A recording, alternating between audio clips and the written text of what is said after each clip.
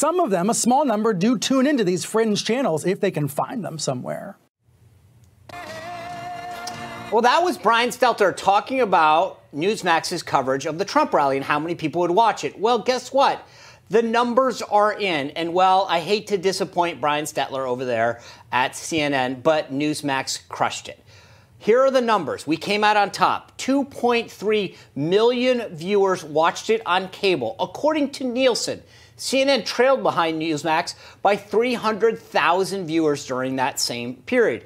Of course, you'll remember during that clip, he just said that we're fringy and no one could watch it, which frankly makes it more embarrassing. If it's harder to watch us, if it's harder to find us, and more people watched us, that's kind of embarrassing. I called Brian earlier today, and I actually asked him about his exchange last week prior to the numbers coming out. Here's what I said to him.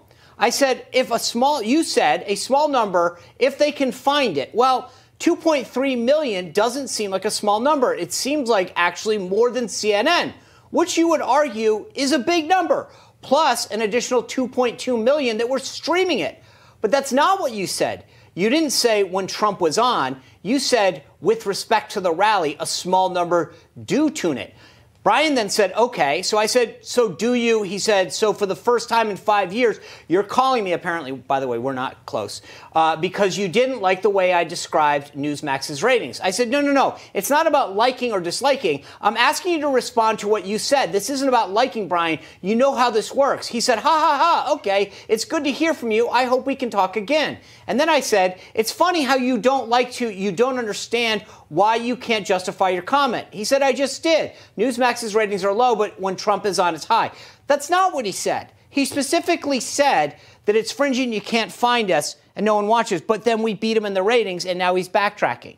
Yeah. It's basically lying, Lindsay. Well, it's a good distinction to make, right? To call that out. He says all of a sudden backtracking to your point of, well, it's different this time. But that's to your point. What he reported on Sunday was completely different. And it was specifically that you could never find us. So a great distinction, Sean. And interesting that you had this conversation with him as well. He doesn't like being called out. These guys love to dish it out. They love to accuse other people of. They love to call them out. They just don't like it when the spotlight's turned on them and when their ideas and their comments are being called out. Yeah, interesting.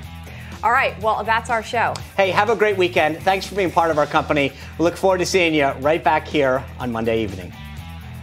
After the last election, liberty-minded Americans are facing a difficult question. What do we do now? We do have a plan to stop them. This is the only plan that bypasses Biden and Congress to save the republic. Sign the petition at conventionofstates.com.